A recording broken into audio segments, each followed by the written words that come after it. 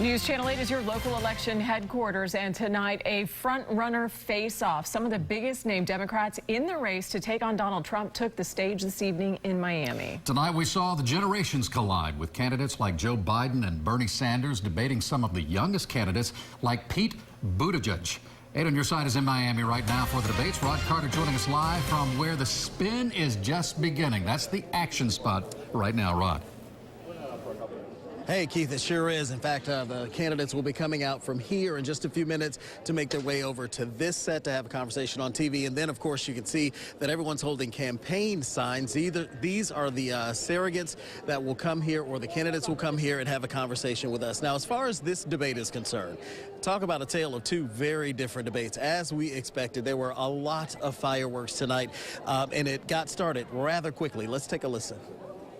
America does not want to witness a food fight. They want to know how we're going to put food on their table. Yes? I was 6 years old when a presidential candidate came to the California Democratic Convention and said, it's time to pass the torch to a new generation of Americans. I'm still holding on to that torch. If you think we're going to beat Donald Trump by just having all these plans, you got another thing coming. So you hear them talking on a variety of different subjects at that point, and some of the candidates talked a lot, as we expected. Some of them barely said a few words, as we sort of expected.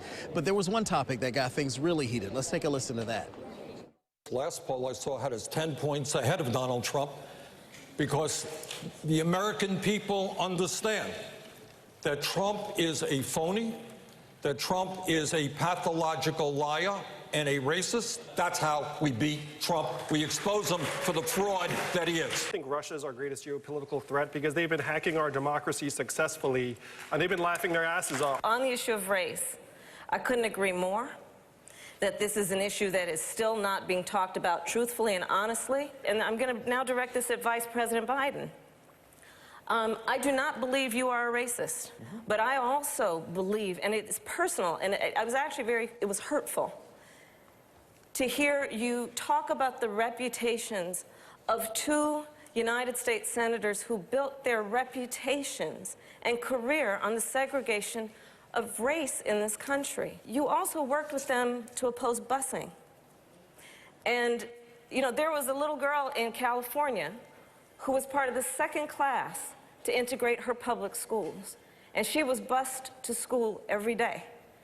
And that little girl was me. I did not praise racist. I ran because of civil rights. And of course, there was a lot of conversation about that. It'll be very interesting to see who rises to the top of this pack of 20 that we saw over the last 2 days. 24, I think 25 all total, who are running for the Democratic nominee, and then who falls to the wayside. Again, we have some more coming up for you in just a few minutes. Coming up in just a few minutes, we're going to let you hear the responses to the question that was put to them.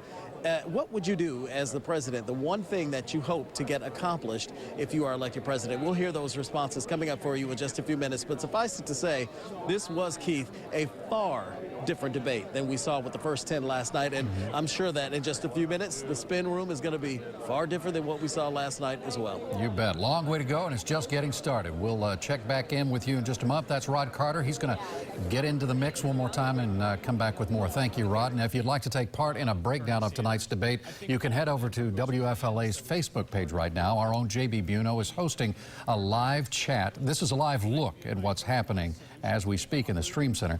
Check this out and join in on the conversation on the WFLA Facebook page.